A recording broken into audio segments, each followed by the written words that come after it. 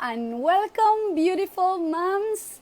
Today I have a surprise live for you with this amazing mom.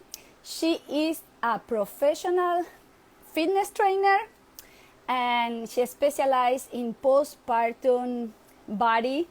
So let me jump and go right away to call her. Her name is Brianna. I'm gonna call her. Right. I'm calling. Let me see. Hi! Hello, Brianna. How are you? Good. How are you? I am good. We are thriving and surviving, and it's a good day to have a good day. Amazing. First of all, I wanna thank you a lot for taking the time to speak with us. For me, it's very important that mom, especially you as a fitness training specialist in mom, talking to us to learn more about this motherhood, how improve our motherhood life. Yeah. So it's thank a you. lot. Yeah, of course. Yes. Okay. Brianna, can you start telling us about a little bit about your professional life and also personally life? Yeah. So, I live in Texas. I grew up originally in Chicago to parents and extended family that was always they were always in entrepreneurship and fitness. My grandfather went to the Olympics for gymnastics. My parents Wow. owned a gym. So I grew up in like this really grungy bodybuilding gym in Chicago. And so fitness and health kind of was a foundational piece of my life. But it wasn't until I was a teenager that I realized how different like my body composition was. I was tall. I was thicker, like I am a thicker, dense woman. And, unfortunately, growing up in like the 2000s, it was brutal. And a lot of, I got bullied a lot for being always like the tallest and the biggest girl. And I was a dancer. And when I started auditioning for companies, I just heard over and over again, like, you're just too big to partner. And that's just terrible. It's so hard to hear it, especially as a teenager. And so when I was 18, I went to college and I took a class on how to become a fitness instructor. It was totally random. I had no interest in actually doing it. I was dancing at the time. And long story short, I fell into it really naturally and opened up my first business when I was 18 and started training out of the university. And I was the youngest physical education teacher on that campus. And so I started with kickboxing, step aerobics, boot camp, boxing, all of those, group fitness types of things. And then from there, my career just evolved. I'm a lover of learning. I love to learn. I think that is the biggest gift that we have as human beings, is the ability to like take information and process it. So throughout my career, I've gotten tons of certifications, nutrition certifications, dabbling in dietitian stuff. And also I'm a teacher. So I'm a full-time math teacher here at a high-risk school in Dallas. I have a master's degree in math. I have two kids, 3 and 7. My husband is a type 1 diabetic, all natural athlete. He's an Ironman competitor.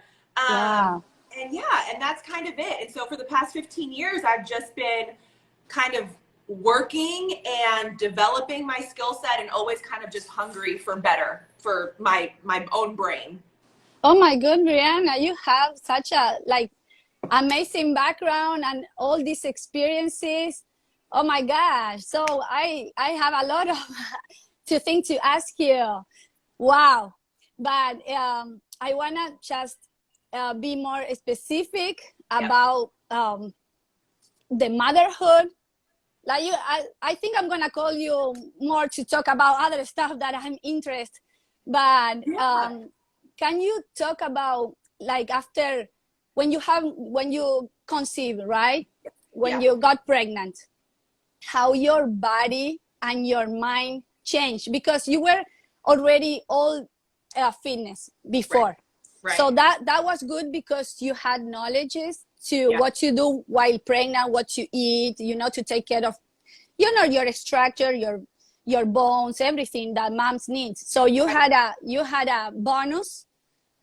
But I know that even when you have, because I was also a dietitian before pregnancy, but then even though being a dietitian, like, and you a fitness, knowing about fitness, nutrition, wellness, having a baby is a lot when you are expecting, and after that is a lot. So I want to talk to you and ask you how you deal about when you were pregnant, what you did to feel better, how you introduced your knowledge, everything while being pregnant.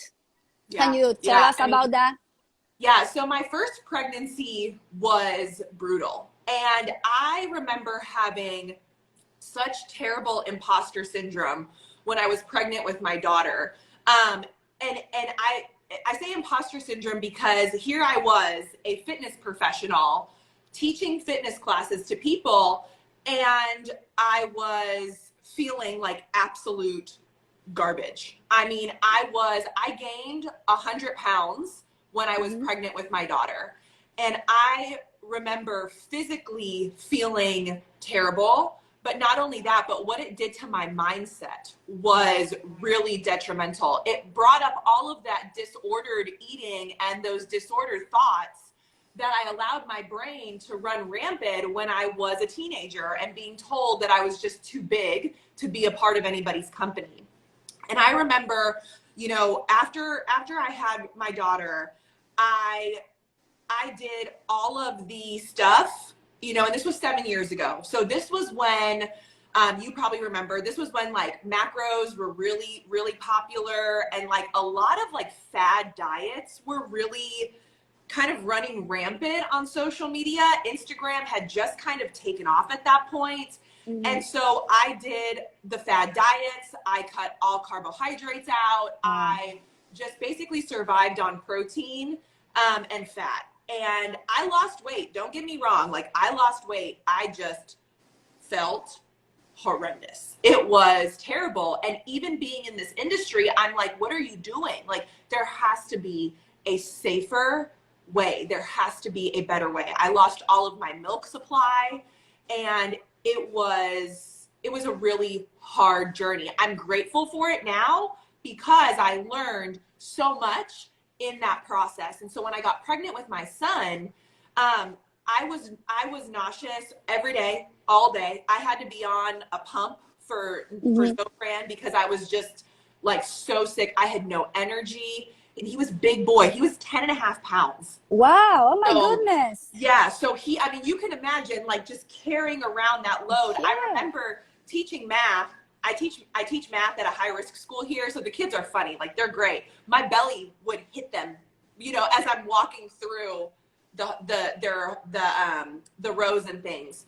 So, but here's the difference. I carried him nauseous the whole time, exhausted the whole time, huge. But my experience, pregnancy and postpartum with him, was completely different. The first reason is because the first thing that I did is I focused on like feeding my body colors. A lot of reds, a lot of blues, oranges, yellows, purples. I focused a lot on colors when I ate, and that made the inflammation go down drastically. Wow. When you're pregnant, your fingers hurt sometimes. Like, Yes. that changed everything. And then in addition to that, I kept my thoughts on lock. Like, my brain would always offer me like, you're getting fat. But then what I would do is I would flip that and say like, well, I'm also growing a human being, and allowing my brain to just kind of get into a little bit of an alignment. Like, no, this is a gift. This is a gift. And it's unfortunate sometimes and it sucks sometimes. But if you can just remember, like, you're bringing a life into the world, let's just focus on that. Let's focus on feeding the body what it needs to feel good. And at that point, my whole approach on prenatal just completely shifted. And I just want to just say, I still gained 75 pounds with my son. But when you look at pictures, 40 weeks pregnant with my daughter and 40 weeks pregnant with him, I'm about the same weight, but I look completely different. And I believe it's because of the foods that I ate and what I fed my brain at the time too. I think it's very important to the brain, you know. So I totally like relate with you. With when we have our first, we don't know what to do, even though we have knowledges, but our brain is like put us out of whack, you know. It's Yep. like you forget everything, or you are not that you forget, but you don't know if you are right. Yes. Like, it's not you forget, but you say maybe like you want to feel 100% right to do something because you are develop a baby, so you want to make really like be sure 100% sure that you are doing right to your body, to the baby. So we moms start to worry a lot. Yes. And then in the internet we start to research the best way to research the best way because we want to, you know, do our best. And then we have these people that you know, are doing this service in nutrition and fitness and trying to make money, putting out misinformation. So, and because we want to make sure, we start to try, because I did like you did after having the baby, like trying, okay, I said maybe the diet that I was following wasn't for expecting moms. I'm gonna try this better, the other. And then you get so overwhelmed, and you know, you get crazy, and your thought, you know, thinking guilty, feeling guilty, feeling worried, tired, all the hormones crazy. So as you say, when you have second one, you have better experience, and if you're gonna have the third one, like you are, is when you're gonna be, you know, already knowing what to do. Right. But the brain part plays a big role, because the brain is gonna tell you also about the nutrition, about what to do with the fitness, what to believe, to find help, because you are a professional in this area, so you know. I'm too. But moms that they are not, I think they should go away and go right away and find help, right? Yeah. Go and find the professional one that they feel that they trust, they make a connection, and find help. I think it's very important, maybe when you conceive, and you know, find a professional like you are in postpartum, in, you know, in pregnancy, fitness, pregnancy and everything. Find right away, so you don't have this overwhelm. What should I do? You just go and do it. You follow what an expert is doing, like saying to you, and you're gonna have your mindset and everything, and you're gonna be just fine. You don't need to struggle. Right.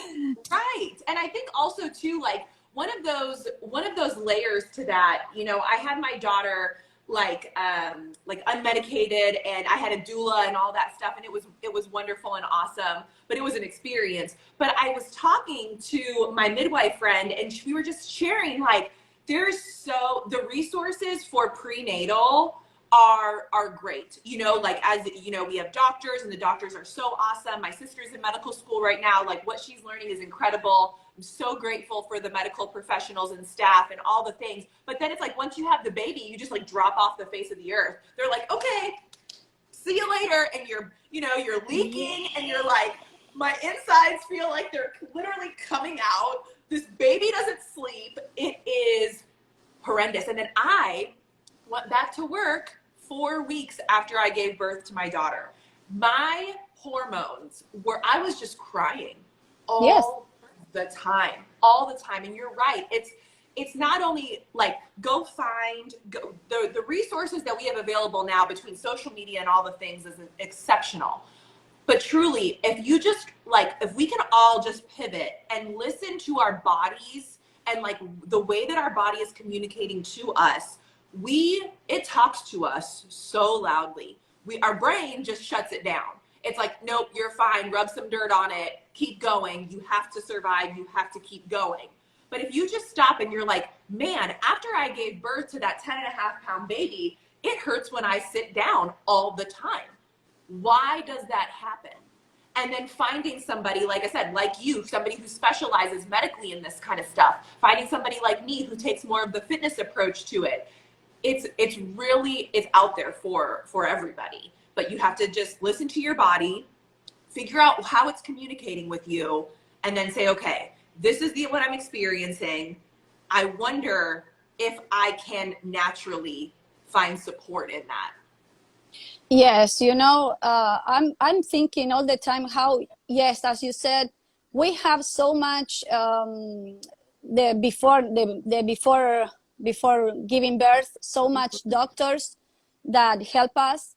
But that's true. After that, I was always thinking, why at the hospital they don't have a postpartum therapist specializing in what you do, what kind of fitness things you do, like somebody right on the hospital that prescribe you, like, okay, you're gonna need now to take care of yourself, like this, find a dietitian or a fitness, a therapist, and prescribe something like that. Nobody talk about that.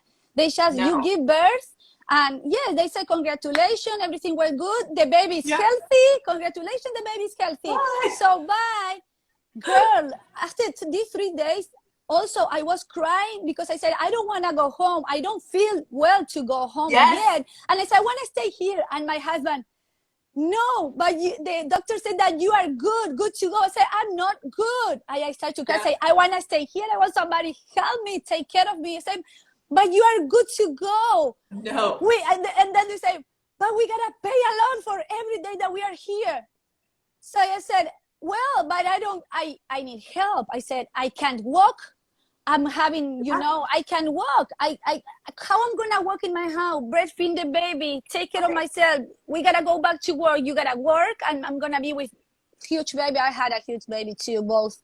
But girl, I think all this mom finding themselves, we find ourselves in that position. We don't care about anything, any knowledge, nothing. We wanna survive.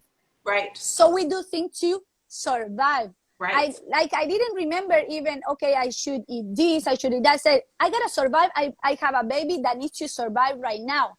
So breastfeeding, in survival mode. And I think we don't deserve that. Like, we are so amazing, like how nobody cares about that. So that's why I start to think about moms and help them to, ask for help, because in the hospital they don't say nothing to us, like, just go and survive and take care of your baby and provide to your baby, go work, make money, provide. And then we get depression, and then we can't do a thing. We can't provide very well to our baby. We don't breastfeed because how we can have milk if we don't care, like we don't take good care of our body. We can't produce milk. And then our brain, a lot of moms, they end up, hurting the baby. Yeah. But you know why? Because they are overwhelmed. They are depressed. Right. You know? That estrogen just tanks.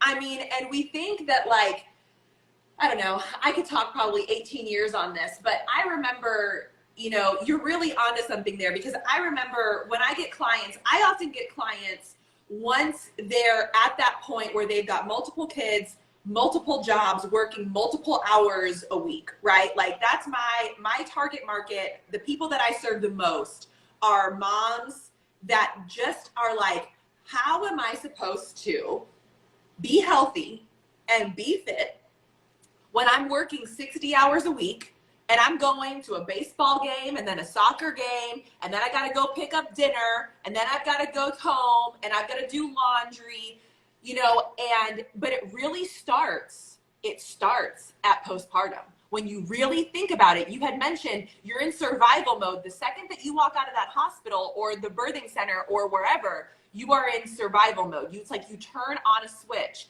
and adulthood and motherhood is no different. When you really close your eyes and reflect and think, how much time do I actually give myself a day for myself? to fill up my cup so that I can, if I'm postpartum, produce adequate amount of milk, so that I can focus on healing the trauma that happened. You know, I mean, our organs move. Like there's a lot that happened, but it all starts with the choices that you make postpartum. And what I tell new moms to focus on the most, and I don't know if this is helpful or not, but the first thing is creating a relationship with foundational, like, wellness.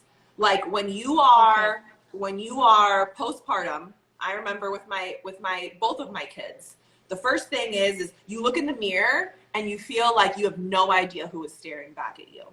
I mean, like, no idea. You don't recognize who you are anymore. And I think that that's a combination of the hormone surges and drops. I think that it's, you know, all of the things that society tells us, especially in American culture, where it's like, nope, pack it up, go, it's time to go, you know?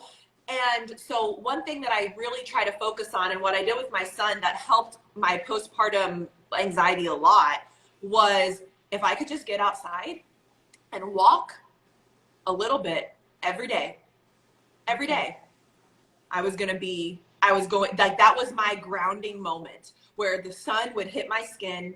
You know, I would cover up Lorick. It's hot in Dallas, cover up Lorick and just kind of say, okay, like, I'm going to just get outside and I'm going to walk. I'm not going to worry about the gym. Hello again. Let me call Brianna. Let me see.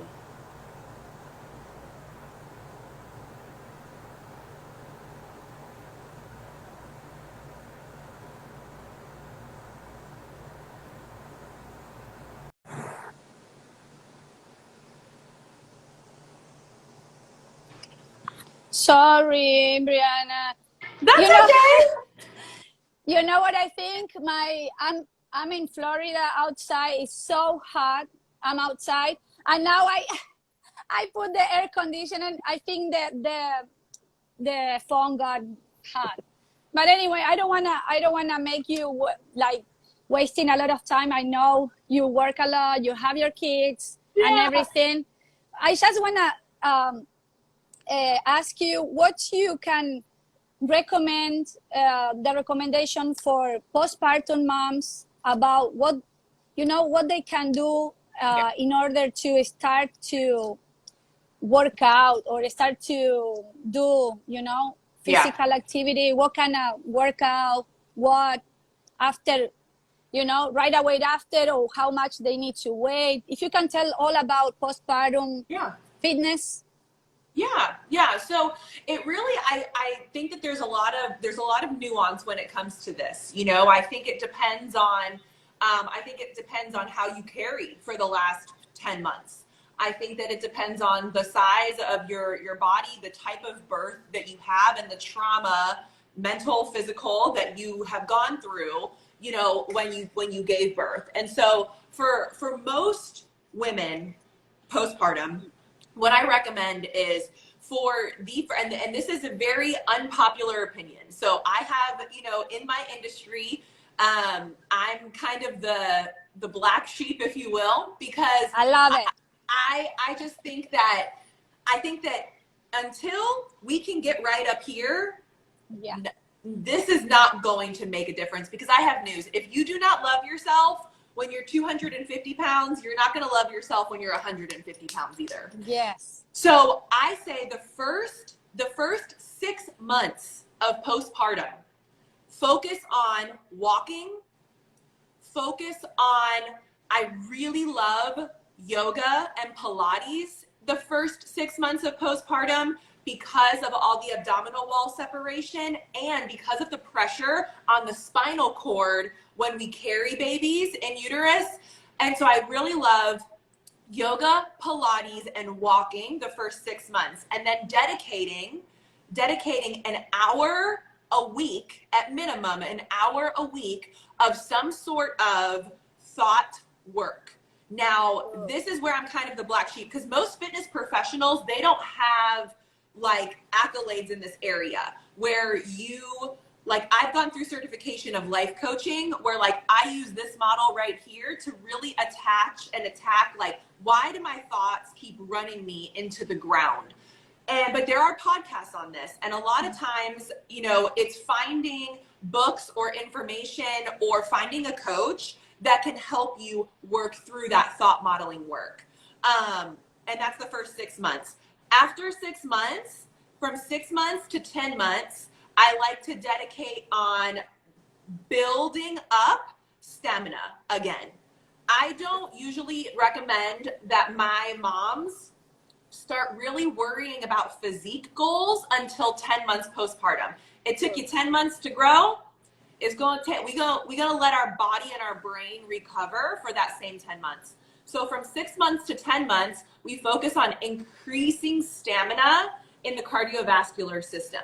Now that everything is shifted back, your spinal cord and your core are strong again through the yoga and the Pilates and the more restorative fitness. Now we can start to focus on some strength building that attaches through the cardiovascular system. So what I like to do for that is I like to do home-based workouts because I don't want you to be away from your baby any more than you have to be. Yes. I think that there's a lot of support and evidence that shows the more you can be with your baby, the better it is for mom and baby years down the line. And so I like to do a lot of workouts at home in the kitchen, and they're 15 minutes long. That's my whole spiel. 15-minute workouts. I love it. And we out. That's it. And we focus on things like squats and lunges and deadlifts and pushing and pulling the body. A lot of functional fitness, picking up baby, putting baby on, switching shoulders, that type of development. And then after 10 months, then we kind of say, how are we feeling? Let's check in.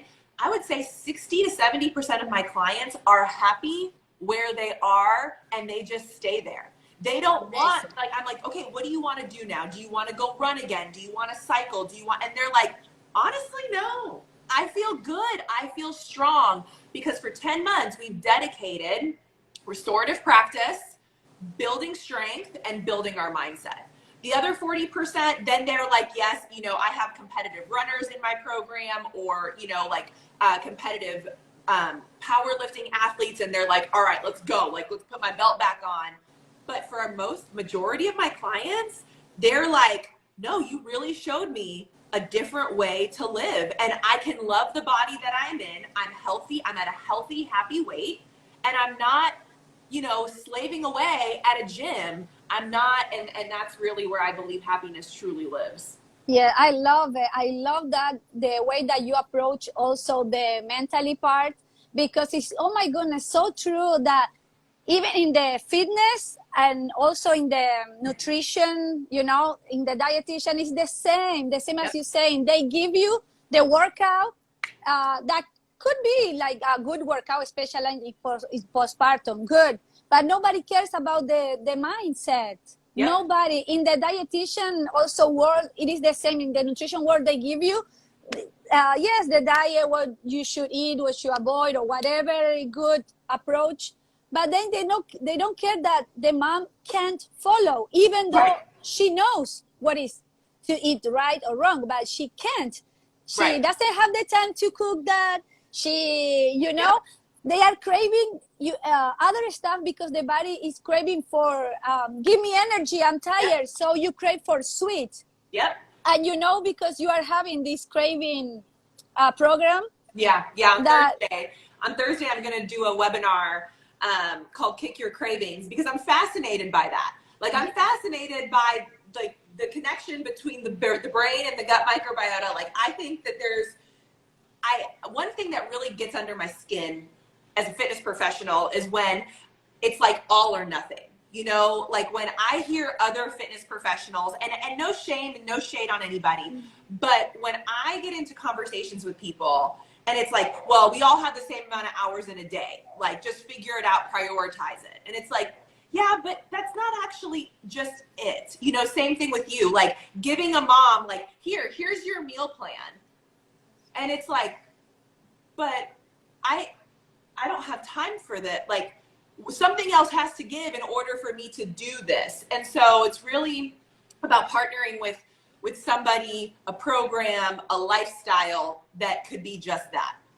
What is sustainable long term? Because at the end of the life, hopefully you get to 80 years. Hopefully you get to 90. Hopefully you're a centenarian and you're 100. But at the end, are you going to be like, oh man, I looked so good in that bathing suit on that vacation on the beach? Like, no, it's going to be, how much energy do you have?